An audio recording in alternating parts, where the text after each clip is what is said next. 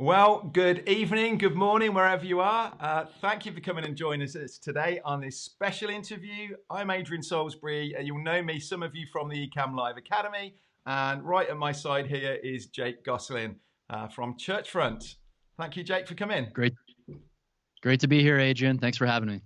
So today we are looking at how churches can use live video effectively to reach their congregations. Obviously a hot topic at the minute, Jake. Plenty of people being forced into this. Not everyone particularly wanted to be live streaming at the minute. Yeah, you're obviously right at the forefront of this, and no doubt shielding loads of questions. And what kind of are you finding most people have been forced into this, and it's almost coming reluctantly at it? Yeah, it's I'm trying to hopefully folks view this as I've been trying to view this as an opportunity to learn lots of new things, and especially in this whole live streaming world. I had been aware of a lot of these tools, as of a couple of years ago, and live streaming for most churches, I recommend, is kind of one of the last big pillars of your technology infrastructure you're going to want to put in place, because before you get into live streaming, you want to make sure you can capture good audio and video and have presentation in place. But I think for a lot of us, we kind of had to accelerate our process of getting that infrastructure up and running, to make sure we can create a quality online experience for our congregations. And that's kind of what it's all about. But fortunately, I want to say up top too, it's like there's such a huge variety of production level, so to speak, that you can create. And, there's so many great tools out there. I mean, Ecamm is one of them. And you can use Ecamm to have a very high production level type stream. And you can pipe in a multicam, video switcher into it or whatever to then stream that online. Or Ecamm's great. You just whip open your laptop and just use your FaceTime camera. So I think we can get into some of that as we and that's my thing. It might be interesting when we get into this and seeing where people are at.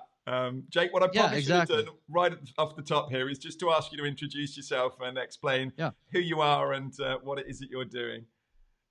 Yeah, so I've created an online resource called Churchfront. So it's myself, and we have a few team members, a small team. We have 1, 2, 3, 4 or so folks who work on the Churchfront team, and we have a YouTube channel. And we have almost, I think, just over 90,000 subscribers there. Most of our videos are about worship leading and the use of tech in worship ministry. So I just love making YouTube videos for fun, but it's also it's a cool way to just reach and help a lot of people with that platform. And then we have a online learning platform called worshipministryschool.com, and it really is what it sounds like. In that platform, we're building premium online courses that walk people through step by step, whether it's live streaming, whether it's how to plan services, how to use software like Ableton Live. We have a lot of tech related courses in Worship Ministry School, but we also have many courses that are pastoral. So that's kind of our more holistic coaching and training program for worship leaders, and that's what we do. Fantastic. So that's probably been shelved a little bit at the minute while everyone's firefighting, trying to help churches get up and going, I'm sure. We've got a few people on. Richard's on. Hi, good to have you here. Gerald, Mary's glad to have us both together, watching from Alaska. Here we go. 8 p.m. in the UK. It is indeed. Katie's just posting in their questions. If anyone's confused, I think I'm on Katie's profile actually. So if you're wondering what's going on and why it's me sitting here, don't worry. Here we got lots of people. Great to have you here, guys. Really interested actually. So the viewers that are on here at the minute, we're obviously in the Ecamm community space here. How many of you are directly responsible for the live streaming in your church? Are you pastors? Are you tech? Have you been kind of thrown into this because the pastor's gone, here you go, you got a computer, go and do it? Really interested just to hear from you who's here and what the context is. So it will just help us with the conversation. Lots of people. Good to have you on. Really good. What are we up to? 100 eyes on already. come on. I'm not going to get through all these, am I? Right, so we're going to knock these off. Brett's on. Brett's been an absolute star over in our Ecamm Live Academy and has got some questions that we've already got in here, Brett. So I've got them lined up, mate. I've got photographers just trying to get online. Okay. Associate pastor in charge of worship and tech. Been called to stream. Yep. Assistant pastor, youth pastor. Okay, so we got a good mix of people. Christy again, it's been from our academy, thrown in. Yeah, that's right. I think this is the case, isn't it? It's like, here you go, you can hold this because you're the tech person. Sharon's a pastor's wife. Fantastic. Right. We've got a feel for that then. Now, I know we're going to have some, guys, if you can hold off with kind of specific questions for now. I'm really interested. I was just chatting with Jake before we came on air here. This whole idea, this concept actually, that I think instantly we go into this panic mode of, oh no, the building closed. We need to recreate church online. You know, so we need to film it. We need to have the worship band up and the preach. And there was a survey that I just spotted the other day that actually said, you know, it was surveyed 75,000 people that were following Creative Church and was saying, did people prefer a live stream that was a casual at home style or a stage production one? And interestingly, it said 67% of people preferred the casual at home style.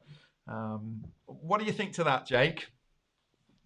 Yeah, I think it's a really interesting survey, and I don't view as much of a dichotomy between casual versus stage production. I think the true element of what's going on here, because I mean, venue does play a role, but I think when you're doing a casual production in your living room for your church, you're really creating content for online. Yeah. Whereas like when we're in our church buildings on the stages, those venues are created for a live audience. And then what a lot of churches do is, you can put a great camera system in there and film people on your stage talking, but there's a psychological thing at play where when you're watching as a viewer, you feel more like a fly in the wall in that experience still. Of course, you know, pastors can make up for this by, you know, look at the camera when you're preaching or talking, or, you know, it's just the way it can be filmed. Don't show like the whole building. But I do think that filming in a home or in a smaller office setting, kind of like what we're doing for our church right now, it naturally lends itself to force the content creator to make content for online. And like, and I'm saying, and I keep saying that, but it's like, it seems really simple, but as a YouTube creator, like it's more natural for me to sit. This is the way I have my camera right now. If you guys watch my YouTube channel, this is what I look like when I'm talking, because it's basically, you know, me sitting at my desk, and there's just something that just a lot of YouTubers do this type of setup. It just feels natural, and it feels like the content is made for that specific platform. Absolutely. Whereas like, I don't know, if I were I could teach the same content, say the same things, but if I was standing on a stage somewhere in a room, it just feels weird. It just doesn't connect. Right. So I think it has more to do with certain venues force you to create content for an online audience versus just being like, oh, we're creating this for a live audience, but then we're just going to stream it online too. Yeah. And that's what I think the difference is. Yeah. And I do think, I mean, ultimately it's the congregation first, you know, it's the person sitting at home, isn't it? It's how do they feel about this? Is this what they want? Are they engaging more? And I know I listened to a podcast a little while back because I'm teaching video, and this whole close crop like this, they were saying it's cocktail party proximity. It's this intimate, it's within a 4-foot distance that creates this intimate setting, and it is way more engaging. I think if we can do this, it's something totally new. You know, certainly if we're from big churches, to get this close to the pastor and almost feel like we're sitting across a coffee table with them, I think it's something really special. That's the next challenge, I guess. If I imagine a lot of churches have just gone, right, give them a camera, put this online, but almost a step back and say, all right, we're here for a few months potentially. Is this actually the best way to do it? I love the idea. Mhm.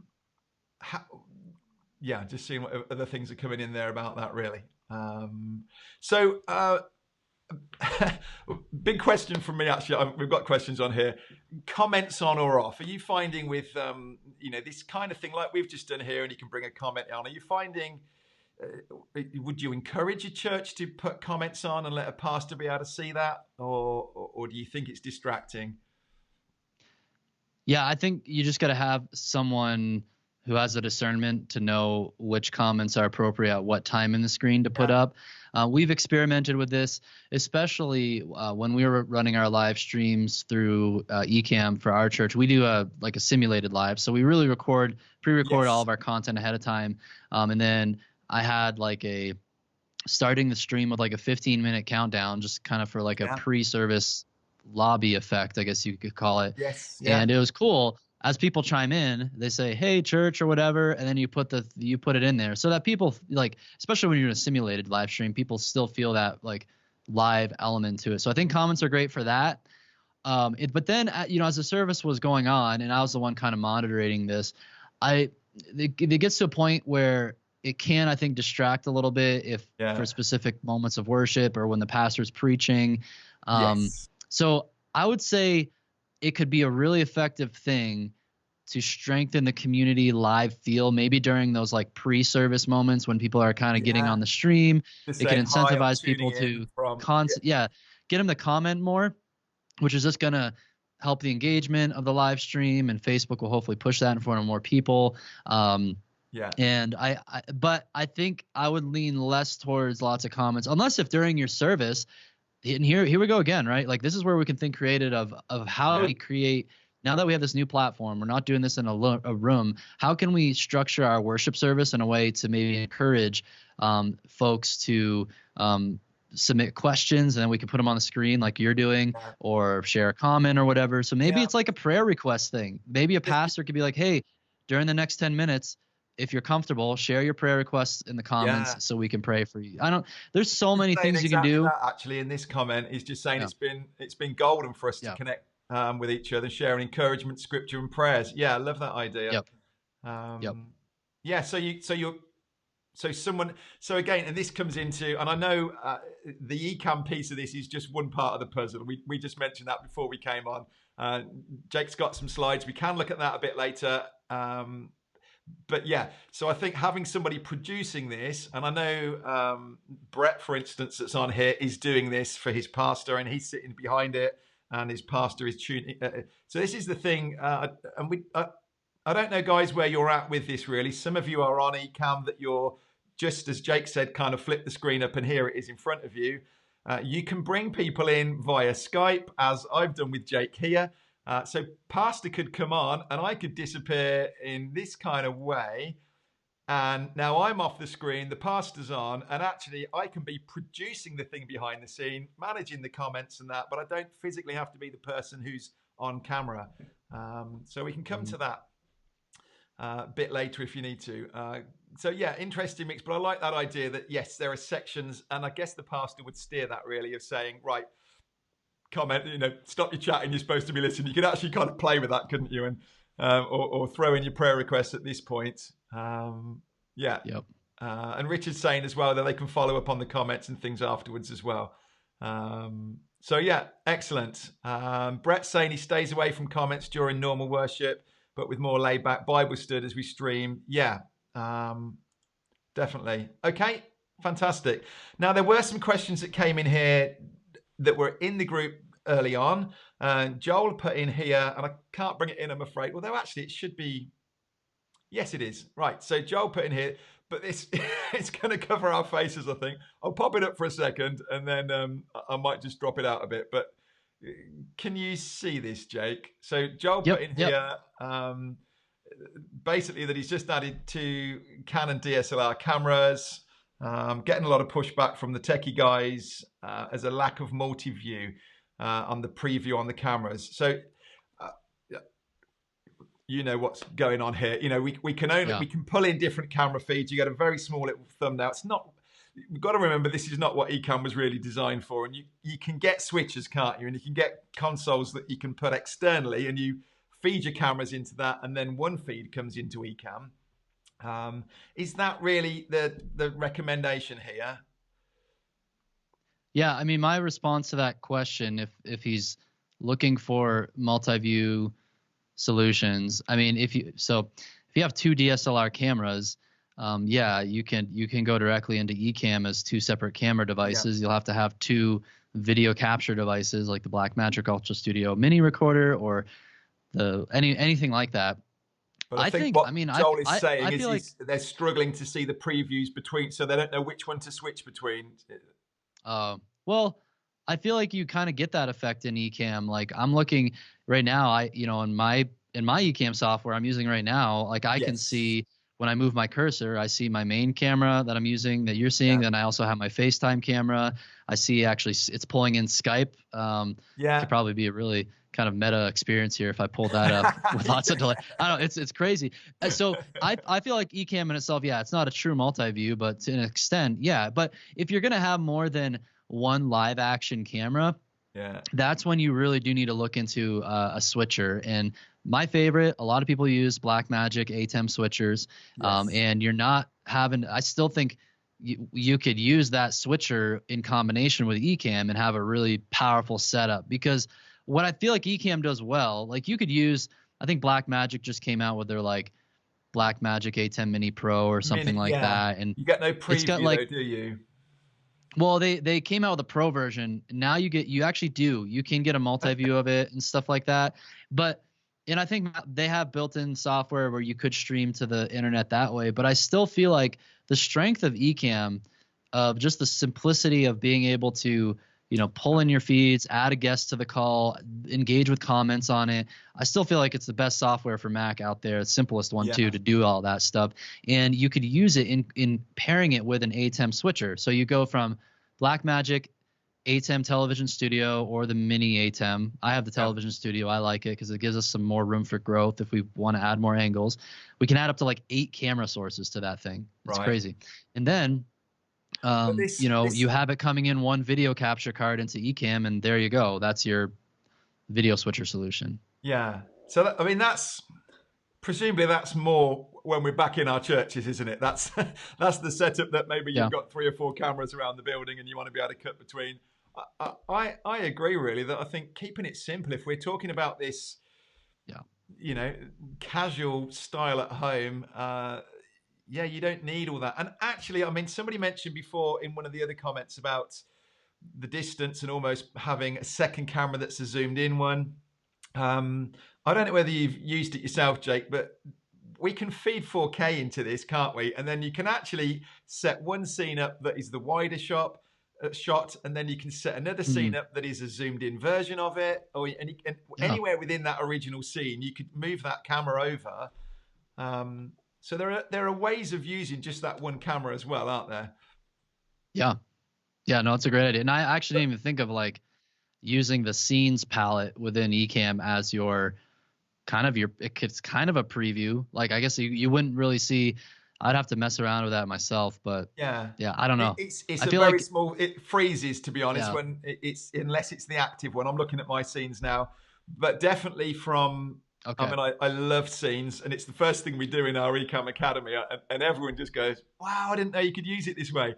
But to just call those scenes,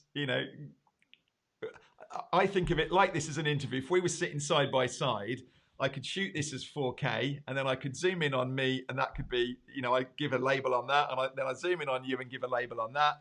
So we can very easily cut between 2 people, and then, each of us can have the camera and crop in.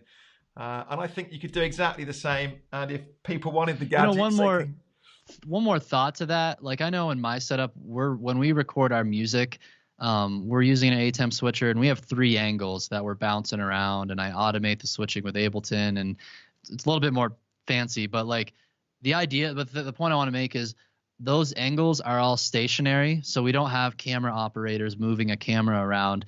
That's where I feel like preview comes more in handy for like. If someone's moving that camera, you as the video switcher have to know like, oh, it's actually framed and focused properly. I feel like though most people, especially if you're doing a multicam, even a smaller setup, you probably don't have people actually manning these cameras, especially if it's in a home or studio environment. Just put them on tripods and then set up your different scenes within Ecamm. Yeah. And then you as a video switcher know you can just bounce between those scenes, and you just label them appropriately and you'll know what's going to come up. You don't really need a preview. No, and you could leave it manually focused, couldn't you? You know, if you know you're standing here or sitting here, you can focus in at this point, and it's not going to go anywhere. So even if you're moving out of the way, I mean, I don't know if that's part of the issue, but John's just saying here, so is that crop of a wide shot?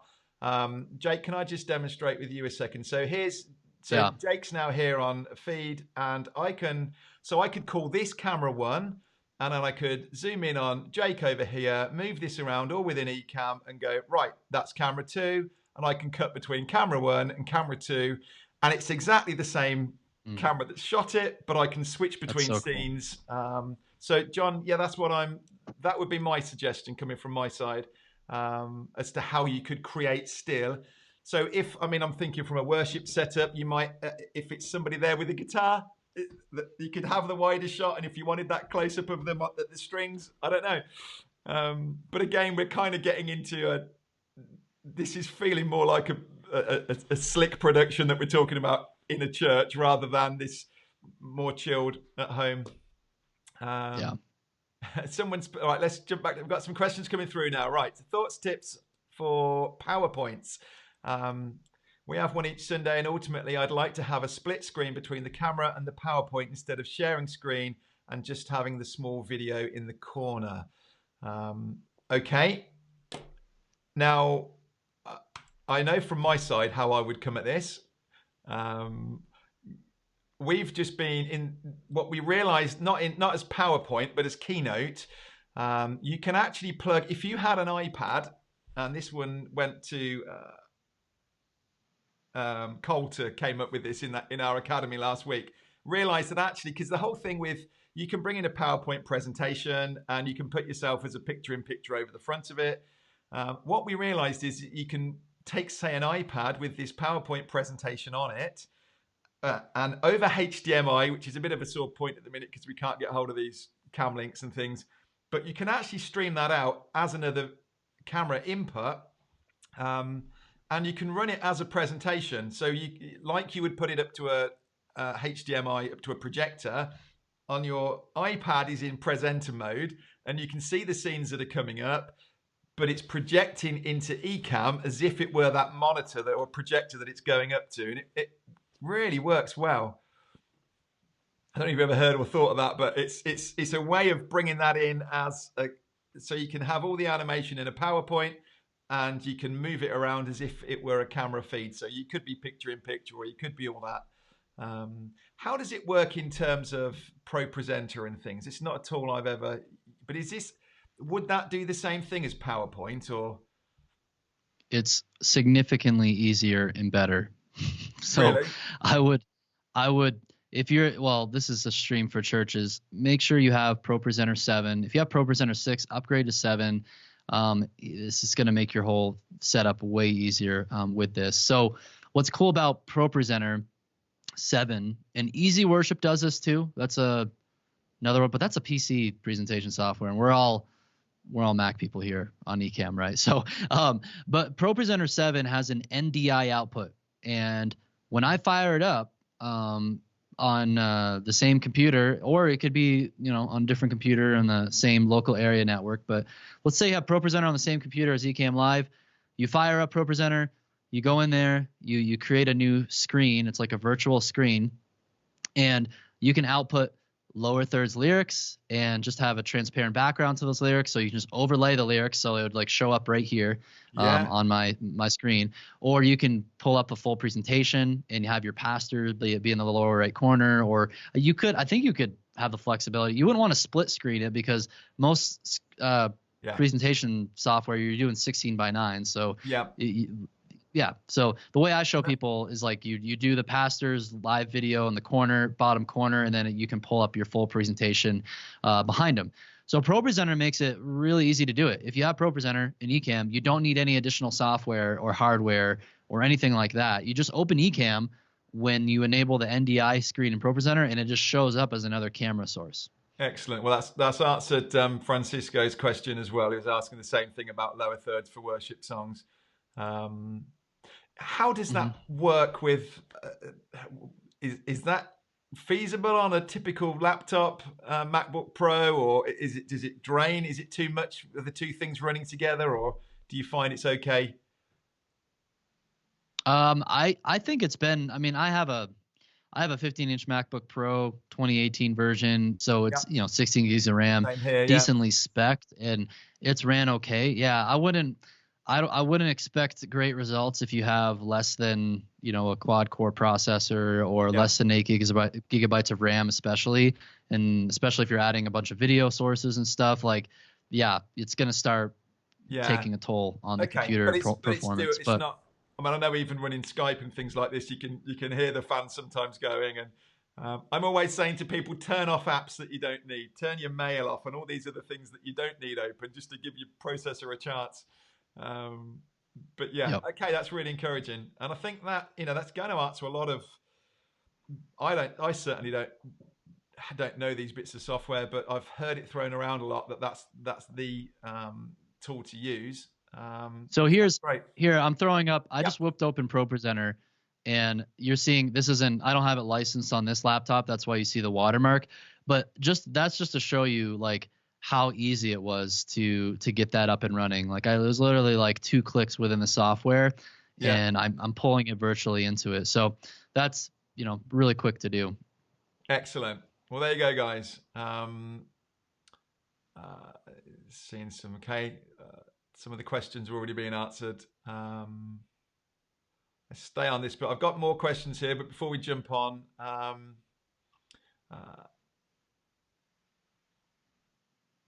yes, it is for MacBook users. Well, it's for Mac users.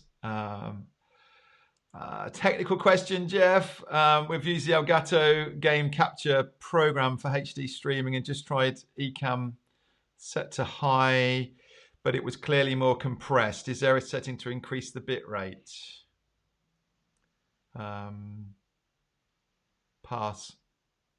That's a question for your engineers. I was going to say, yeah. Well, I Or was pausing because I maybe didn't know, maybe but I don't know. maybe it There's has any. something to do with the maybe it has something to do with the Elgato specific Yeah, because hardware and that's software. the game capture.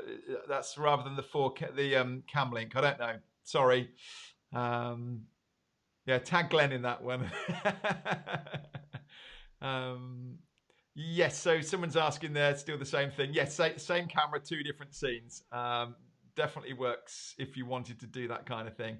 ProPresenter 7 has SDI output, and you can overlay the lower third. Yep. How did you add the comments on the live stream? It's all part of Ecamm. I can see the comments at the side of me, and I just click to make them appear.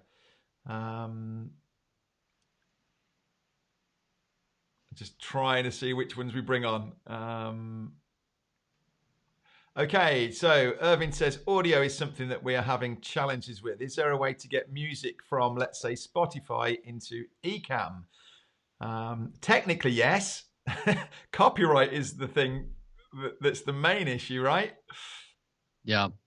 I mean, I would make sure you have the streaming licensing. Just get the CCLI streaming license or the Worship Cast by CCS. That's another Christian Copyright Solutions. There's kind of two resources. And then in terms of the actual playback of it, yeah, Spotify, you're not even supposed to be playing Spotify music in your sanctuary when people are there. Like that's not, Spotify's more for like individual listening. Okay. I mean, are there going to be copyright police who come after you? I don't know. Maybe, but like You don't want to make risk sure getting that your life pulled down.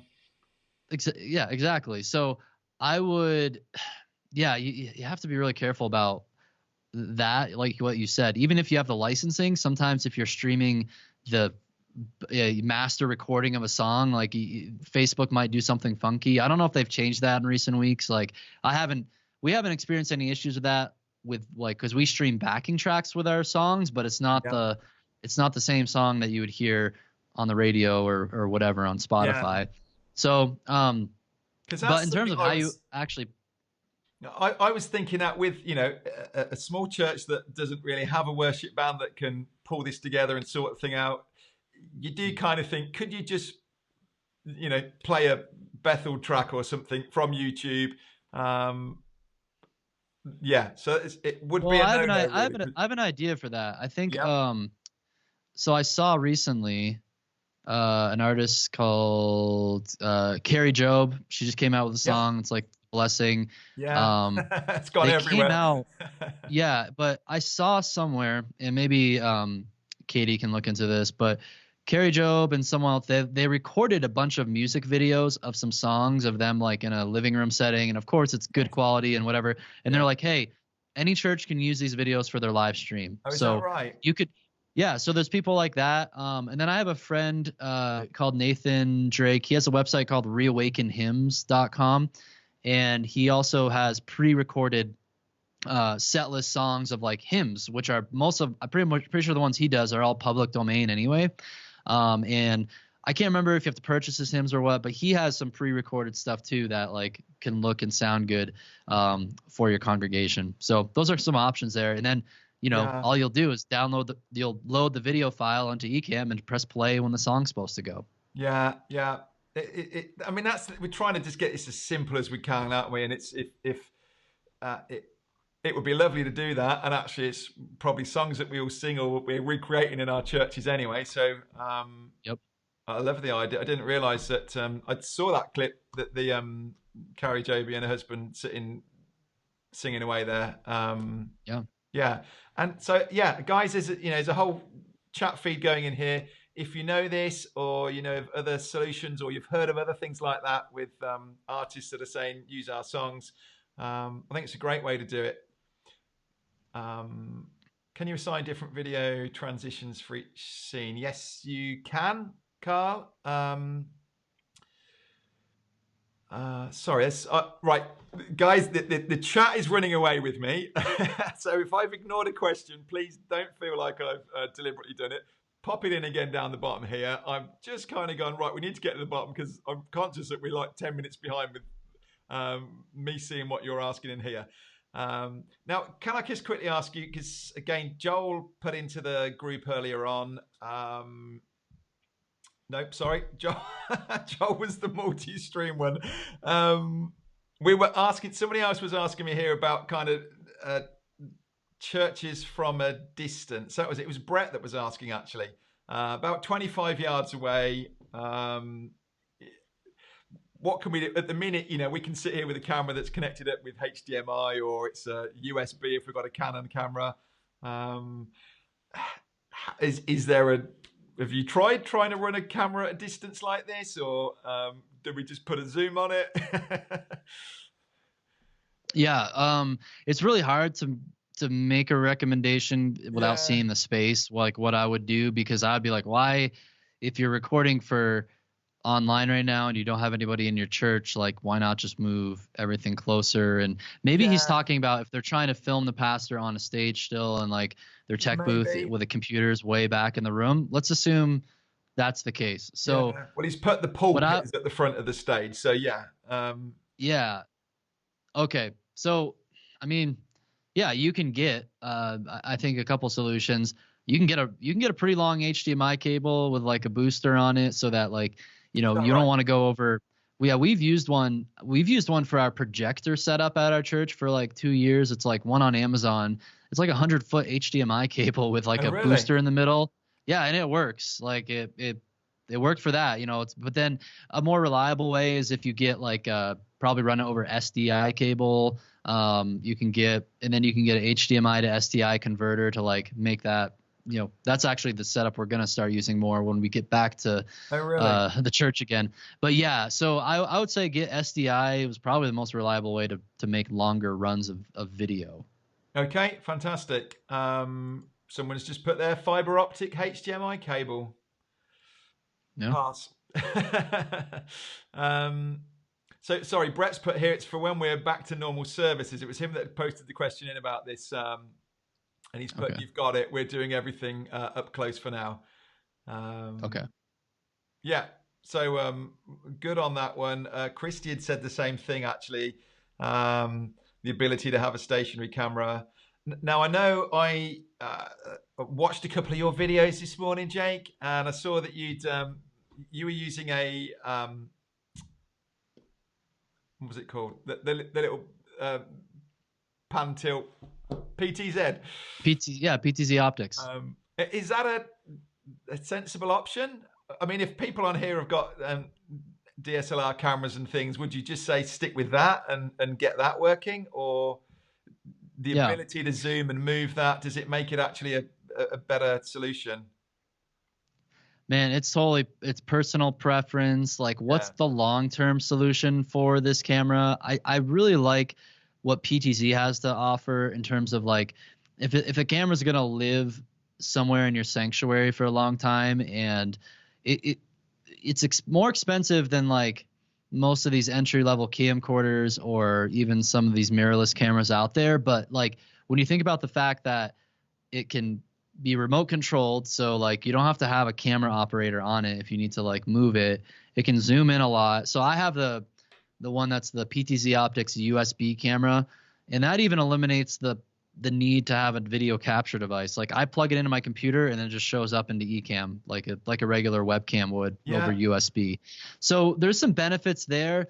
And then PTZ Optics, they have a whole range of different camera solutions. And the only reason I don't prefer them is I'm a bit more of a camera snob when it comes to like the look of things. I like to have, like, the camera I'm using right now, you're watching me on a Panasonic GH5 with a 15 millimeter prime lens. Yeah. So you're going to have more of that kind of, blurry background and look to it. I'm guessing you're using a DSLR, right, for your camera right now? Panasonic as well with a 20 mil. Yeah.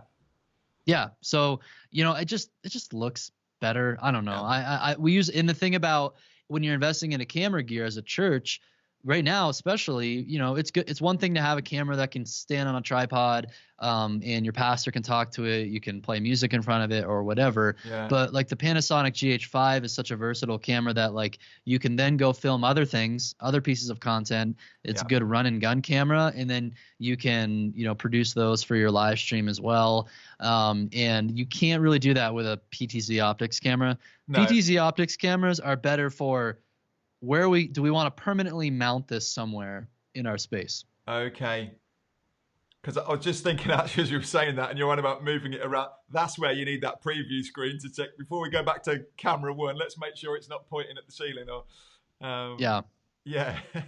Someone's put, how do I keep Ecamm from going to sleep when I'm using the page turner to advance lyrics in Pro Presenter as a lower third in Ecamm? I've never heard of Ecamm going to sleep. Not quite sure what you mean there, or where you're going with that.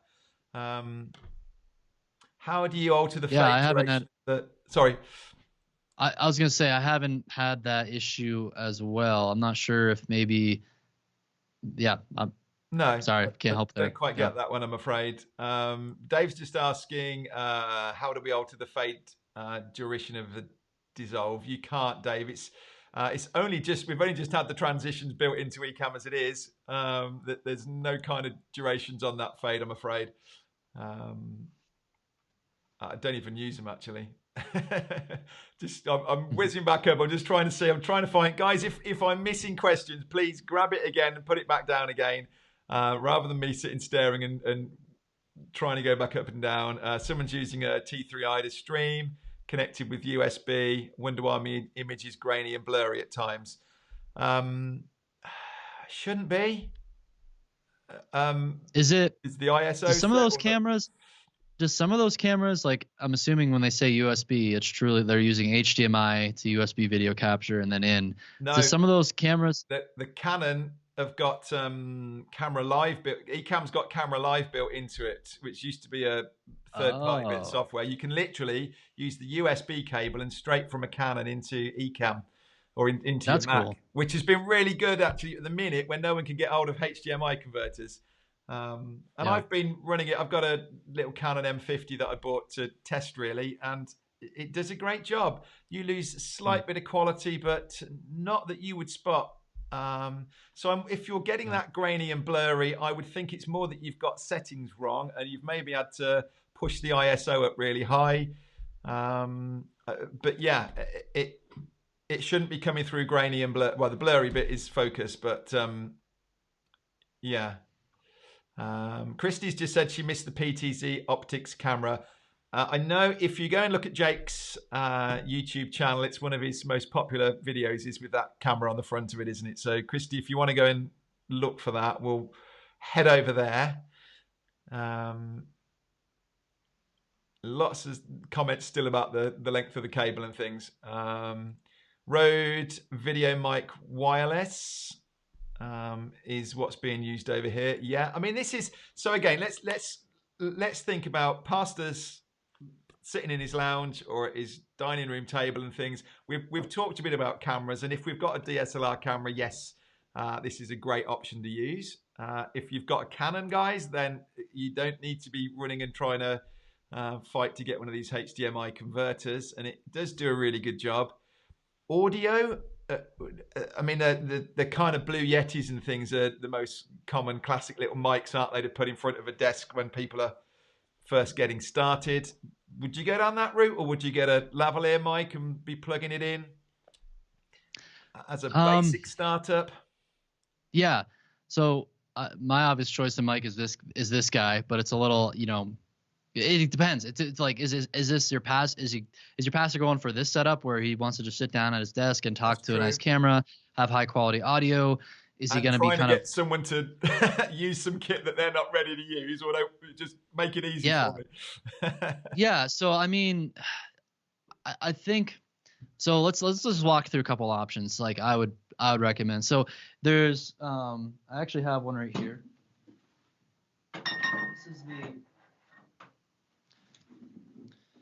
This is a Shure SM57 with a little pop filter on it, and for most people, like if I did a audio comparison between the SM7B and this guy, you're probably not going to hear a difference. I bet I probably wouldn't even hear the difference if I like blind tested it. So the thing about these mics I like is they're dynamic, which means they're not capturing all the like nasty room ambient noise that's going to be going on, right? So hopefully you guys notice, like, what mic are you using, Adrian? I've got a Rode Video Mic Pro stick on the top of the camera, so it's all coming in across. Yeah, so you notice there's probably a little bit more reverb on his voice than it is on my voice. Part of that too is just my room. My room is a little bit less live sounding. So if you just want a good mic, then you can use it for podcasting. You could get like one of these, but then like the Rode Video, it's like a little shotgun mic, right? That's what you have. Yes. Yeah. I mean, those are great too. I've got this set with a magic arm that brings the mic closer to me, so the mic is right just above me here. The beauty I like with this, and one of the reasons I moved, I've been using Canon for 15 or so years as a photographer, moved across to this Lumix because actually, and I ran tests. I've got a GH5, I've got a G7, and actually you could really tell, a bit like you were saying with the audio, could really tell hardly any difference between the image quality coming through. But the beauty is I can send the audio across the HDMI as well as the video. So both come in on one, and it gives me way less problem trying to sync up. So that's part of my thinking of going for this mic. Yeah. Sorry, carry on. No, that's a great idea. It's why there's like so many ways you can do this, right? Yeah, my mic is going through my Behringer mixer right now. I process it, put EQ compression on it, and then I send it to you. Like that's what you're hearing. So there's like, it really depends on how fancy you want to get, but I think a shotgun mic on your camera will probably be the quickest, easiest route to go. Like what you're using, or one of these mics. I don't know. There's wireless lav systems out there too, but they're pricier. You're going to be paying like $600 for a decent one. But you could get one with like a 5-meter cable and plug it straight into the side. I guess. Lots of options, and guys, you're going to have I would think a lot of it is down to, I was going to say the talent, the pastor in this case who's sitting there. Do they want this tech, or do they just want minimal, simple as possible?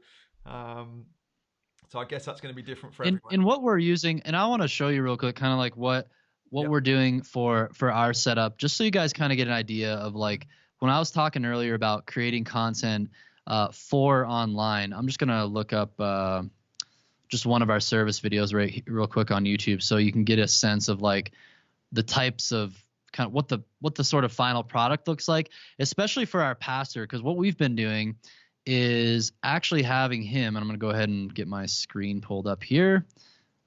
Let's go like this. Okay, now you should see my screen. All right, so here is here's like one of our service videos on YouTube, and you'll notice we actually have my pastor and a camera guy, you know, they just go on location. He's wearing a Tascam DR10L video or a recorder for his audio, and it's a really awesome little lav mic, and it just records to the pack itself. But then, you know, here's our music portion of the service. So we're in my studio. We've got lyrics. We got the three of us. We kind of have a fancy setup going on there. But then our pastor, he keeps like kind of moving. He goes to different locations to kind of give it a different look, and he's just teaching to the camera Yes. like this.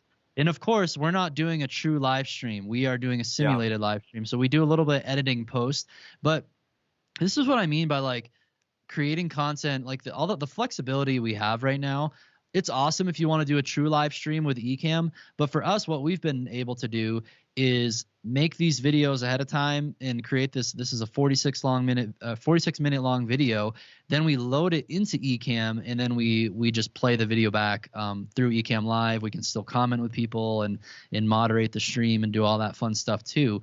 But this is just an idea. Our pastor, like, he really wants to make the more visually compelling content. But notice, this isn't him like standing on the stage of our, you know, church venue and preaching that way. It's like, this is just trying to make interesting content for online viewers. So that's just, hopefully a helpful example to you guys see, like, example of what could be done. That's what we're doing at Mission Lakewood.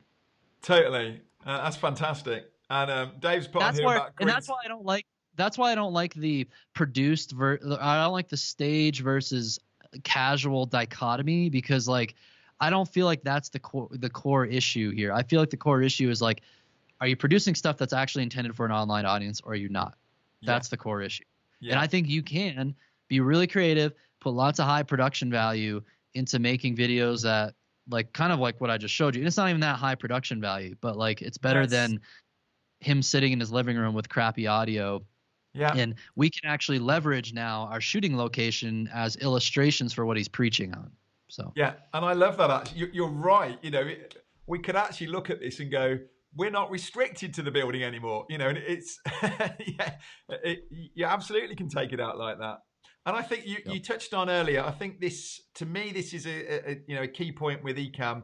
I don't know if guys, I'm a huge fan of using scenes, and there's one of the videos that I've done that's over on the Ecamm page is all about using scenes, and I think you can absolutely cue this up. And I know we're saying not like a service in that sense, but thinking of a Sunday morning service, as Jake said, you could have that intro thing running around with some chance to have a chat. That's one scene, and then maybe it cuts across to someone who's emceeing the service for that day, and yes, by all means, they can be doing chat and things, and then he could cut away to the worship side, then he could cut away to the pastor, and that could all be pre-recorded, but you could still just come back. There's still somebody live on camera that is just kind of coming in between these bits, in the same way that someone would come up on a Sunday morning and do notices, or sort of take the offering and things like that. Yeah, it's still, and actually there's a lot of churches, aren't there? There are satellite churches that do watch the preach on a screen anyway, and the pastor isn't there in front of them. So it's, we can get that, but it doesn't have to be all, a pre-recorded thing and feel like you're just watching a preach from 6 months ago. That loses that dynamic. And I think that's where the magic comes, really, of knowing how to connect the two together and have people coming away from this TV church and go, that was really good. What was it about it that I just felt it was almost better? Yeah. So no, that'd be really good there's definitely, if guys check out the scenes, if you haven't used scenes in Ecamm, you can queue all this up in advance, and yeah, I think it's a great way to go in terms of producing. Makes life a lot easier for you, and you would just set it up and run through it. You label all of those scenes as you go through. Um, Yep. yeah, so, but I do love that idea of actually getting out the building and doing something a bit fun and creative, and or maybe for the kids, you could you cut to something fun and outdoors. I also think Yeah. I'm a big fan of QR codes as well, and I think there's opportunity. Focus sitting at home watching on a TV screen, the offering and things could be a QR code that popped up in the corner, and you scan it, and it just goes to an app, and um, there's a lot of things that we can do here. Yeah, so lots of creativity, guys. Keep as well this, this. As soon as we're finished on our live here, and we ought to be trying to come to an end soon. As soon as we're done on our live here, this will instantly turn into a replay in the group. So please keep commenting in here. The Ecamm team, myself certainly, happily kind of jump in here. Tag one of us if you want, if you've got questions that haven't been answered. Jake, do you want to just, I know you've got a presentation there. So Jake, you run a course, don't you, for helping churches live stream, that you were, before all this was just guys coming to you because it was the next level for them and wanted to do it. Do you want to just run through a couple of those slides? Because I know some of them might be really helpful. We're talking about the Ecamm element here. Yeah. We've looked at cameras, but actually what you've got on a diagram really pulls all this together. Yeah, for sure. Let me go ahead and pull this up for you guys. So this is sort of you guys can see that okay, right? Yep. Everything's Yep. Okay, cool. This is what I call the big picture. And I have a YouTube video that you guys can check out. If you just search Church Live Streaming Setup 2020. I released it last week, and it's like a 20-minute long video where I unpack all of these different things. Because with churches in our streaming setups, Ecamm Live is an awesome tool, and important thing to understand, it's one of the steps, right, of the things that have to happen down here in terms of your just the streaming software, which accomplishes the purpose of pulling in your video, your ProPresenter feed or presentation feed, as well as audio, mixes it together. You can send it online directly to Facebook or YouTube. You can engage with comments. So this does really do a whole lot of heavy lifting software wise for those of you who are just getting started with live streaming. Yeah. Like you can see, there's other elements here, and we can talk all day long about cameras, kind of like what we had done today. There's a bit more nuance in terms of like just getting ProPresenter ready to send the right presentation feed to your computer, and then even audio. There's quite a bit of steps, like in terms of how you want to route audio from a digital mixing console or analog console to your computer. So that's why I do have the course as well that kind of walks you through all the details of how to get this set up, because I'll show you kind of here's the quickest, what I recommend for most people. This is also assuming you have at least most of these tools in place, because that's what's cool. A lot of this. Sorry, yeah. Can I just cut in? I knew somebody was going to ask it. They're asking what's underneath we can see you at the bottom left there, and they can't see what's leading from that arrow. Is that audio, are you saying? Oh, sorry. Oh yeah, let me move. Yeah, let me move me. Can you slide yourself to the center? Or yeah, I think if I put me over here, I should be out of the way. There we go. There we go. I was thinking someone's going to ask it. There you go. Right. Yeah. Yep. Yeah. So this is an X32 mixer. It's like so common for churches. Or, what's cool about these digital mixers now? They're affordable, and they're basically large audio interfaces, right? Like you can put a bunch of channels in there and then send it over USB into your computer, into Ecamm. I love how, I don't know if you guys recently did this, but I noticed this the other day where you can make it so channels 1 and 2 of audio coming into your computer are linked to stereo with an Ecamm. So yes. Thank you for doing that. I feel like that wasn't there before, but maybe it was, and I just a feature. Okay, perfect. I love how you guys just make it better and better, because that was something when I was working through this course, I was like, wait a sec, I'm only getting the left main output from my mixer. But anyways, that works great now. So I walked through all this stuff, and then here, we got the software for those of you guys, like I said, not a lot of PC users out here because Ecamm is Mac based. vMix is comparable. It's definitely not as user friendly as Ecamm is. I don't really use vMix, but if you're going to use PC, I'd recommend it. And then, there's free editing software like DaVinci Resolve. You can get Final Cut or Premiere to like produce maybe some of those pre-recorded videos that you want to put into Ecamm Live, but when you go to produce it. And then my favorite multi-streaming platform is Restream.io. So, and there's a direct integration with Ecamm. I love how easy they make it. And Restream is just as user-friendly of a software as Ecamm is. It just makes sense. It takes like a couple minutes to get up and running. You log into your Facebook and YouTube accounts, any of these other accounts, and then you can send your stream. Instead of going straight from Ecamm to Facebook or just YouTube, you send it to Restream, and then Restream can send it to multiple platforms. Just scroll through hit my scrolly wheel there.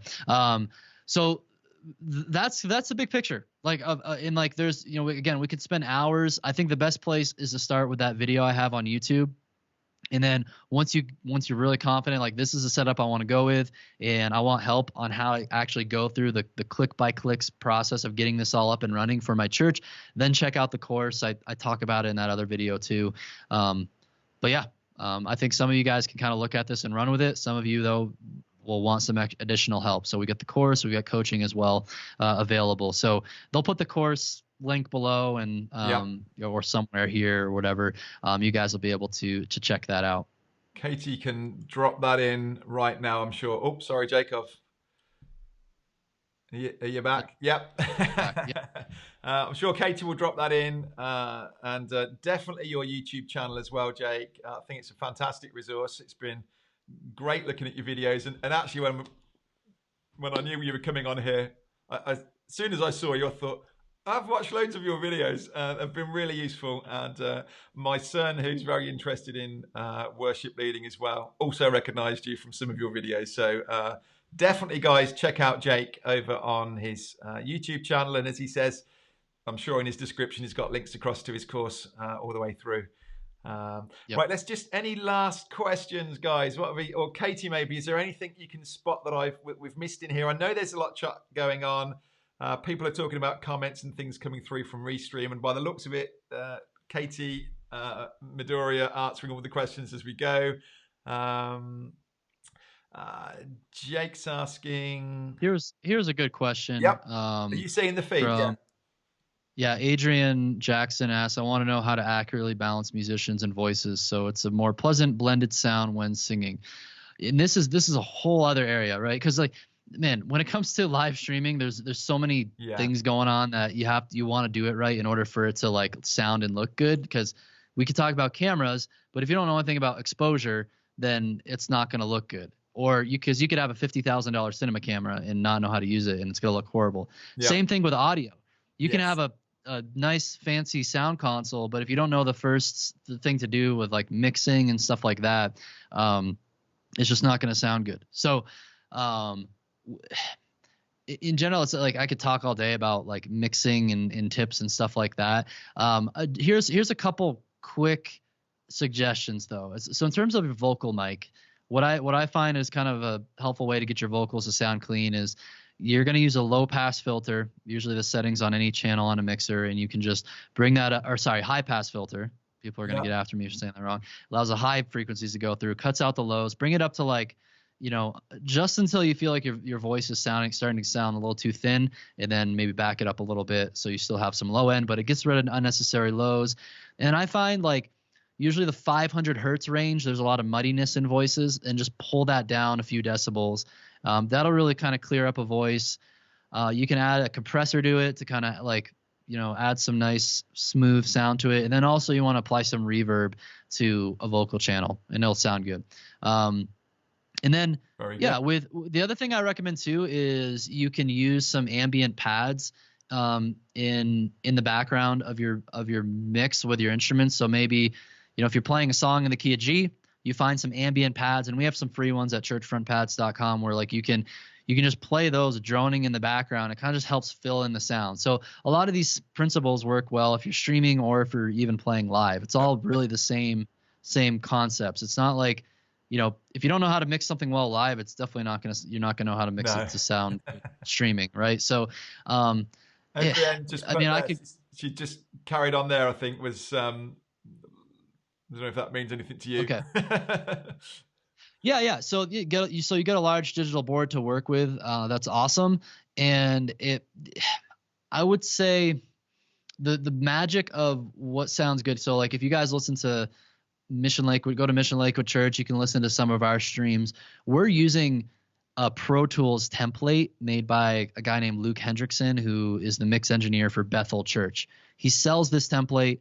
You have to put plugins in it and stuff like that. So maybe talk to your audio engineer about like if you guys, this is the right thing for you. I mean, I think it is.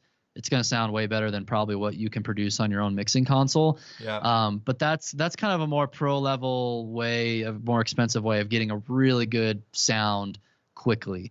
And you can even the other thing too is you can apply tuning to your voice. So you can apply auto tune, and that'll help make things lock into pitch as well.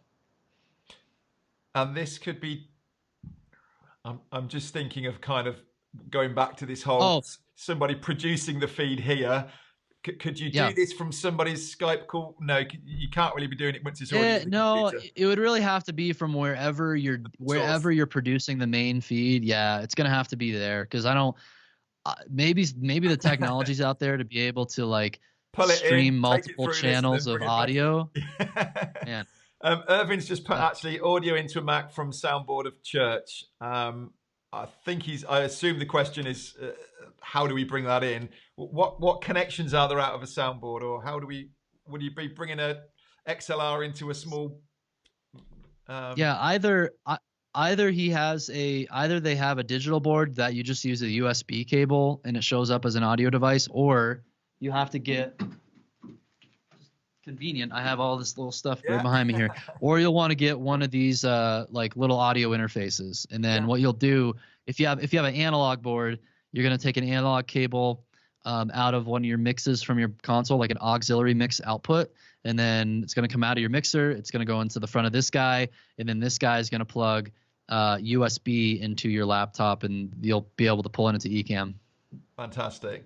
So that's okay then to do. That hasn't sort of watered it down from. It's still the same mix that you've put in there, and you're just pulling. It's not going to sound. It's not going to sound as good. If you're good at mix, if you know how to mix, you can make pretty much it sound decent with anything. But like it's going to be harder by just pulling an auxiliary mix because it's going to sound similar to like what musicians hear in their ears for in-ear monitoring. Like it can sound decent, but not going to sound that amazing. Yeah. And I always think, we're hopefully, I guess a lot of people will be tuning in and watching on their TVs, but I mean, we've done this with comparisons with microphones and things in the past.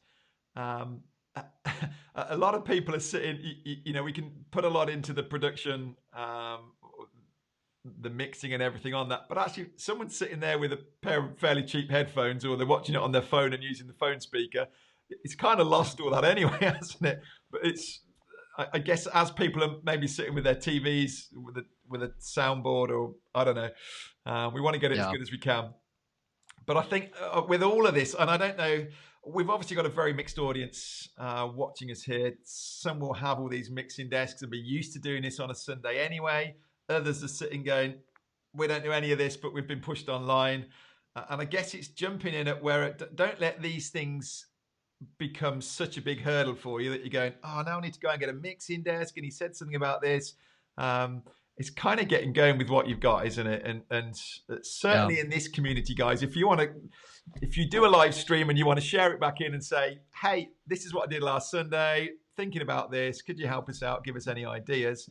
I would go down that route really, and certainly don't let this become such a huge headache. Yeah. And the other thing too, if it's okay with you, I'm gonna do one more shameless plug, but this is kind of like to kind of make clear on the point of a lot of these things that we talk about. You can, like I said, streaming can be simple, and you can use tools like Ecamm, and you can get up and running quickly, and it's awesome. But like there's a lot of other moving parts. So for the worship ministry side of things, like we have at Worship Ministry School, again, like a shameless plug, but we have courses that talk about things like someone's like, how do I mix audio properly? We have this course like the Beginner's Guide to Church Sound, and then the Mixing for Worship course. You use the concepts from these courses to then be able to set up your live stream setup and then have great sound for your live stream, right? Or if it's like we want to start using a click and tracks in worship, or using Ableton Live to like automate our lyric changes, or dude, I'm using Ableton Live to automate our camera angle changes for our the video that we stream. And like there's just all these other tools, and everything can kind of like integrate together. And that's what we do at Worship Ministry School, is like we cover all those things, and then you can bring those together into one cohesive experience, so to speak. So there we go. Fantastic. No, I'm really glad you shared that. Thank you so much. Just kind of because I know how overwhelmed people feel of like, oh, I need to know how to mix, I need to know how to do lighting, I need to know how cameras work, I need to streaming. Like it's like, yeah, you can improve it and make it better over time, but like start simple now, and then take time learning these different core areas of how to mix better, how to do lighting better, how to do automation better, and then then eventually it's going to continue to like kind of come together. When I show you like what we do at Mission Lakewood, it took me a long time to learn it. And fortunately, people who like want to work with us can learn it in a fraction of that time, because we've figured out all the hard stuff for you. But like it's just a lot of moving parts and pieces, and don't try to take on too much too quickly. Yeah, I totally agree. And you can just tick them off one at a, if every week you go, right, we've improved that element of it, or we've improved, and you just kind of got to prioritize, haven't you? And go, yes, we'll get there eventually. But the fact that people can't work together and can't move around, at the end of the day, we're trying to do this so we can have community with our congregations in churches. That's the priority, and they will be very forgiving, I'm sure, as to what you're getting going with. If folk are looking in on this and this is scary to you, don't let it be. Just get going with what you've got.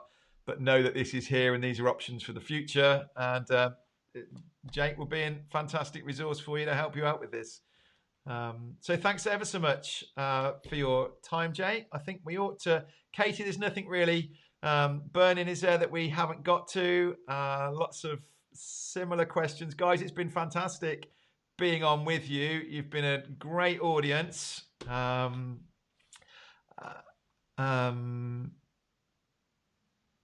Just seeing there, is there we're doing, Dave's just asking there about different mics between us.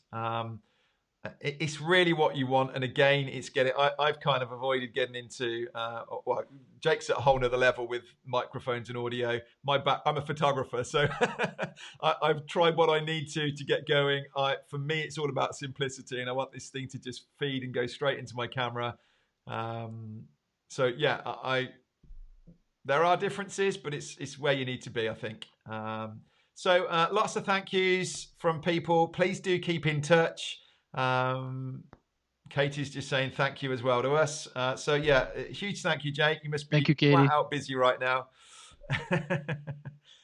It's been a crazy time, but it's fun helping a lot of folks out. And fortunately, I have a team who does a lot of this stuff too, and we just love at Churchfront. I feel like so much of what I get to do is just like try to innovate for churches to like, find these great tools like Ecamm Live, because one day I'll like, this was a couple of years ago too, because I have a video that's like 300,000 views about small church streaming setup or whatever, right? I made that like 2 summers ago. Fortunately, most of that information is still very relevant, and Ecamm is only better than it was 2 years ago. Yes. But I just love being able to like find tools like this and then show people, hey, look at this streaming software that's like so simple. You can engage with people. It's like, man, I just love it. So thank you guys for making such great tools for churches, and then having me on for this live stream. It's a lot of fun. Yeah, absolutely. So thank you so much. So you can reach out to Jake. We've got links in here to his courses, or go and find him over on YouTube. You'll find a stack of videos over there that he'll be able to help you with. And thank you so much for being on. You've been a great audience. And I agree. Thank you, Ecamm, for creating this wonderful tool for us all to use. We'll see you again soon. Thanks, Jake. Thanks all. Thank you. Bye.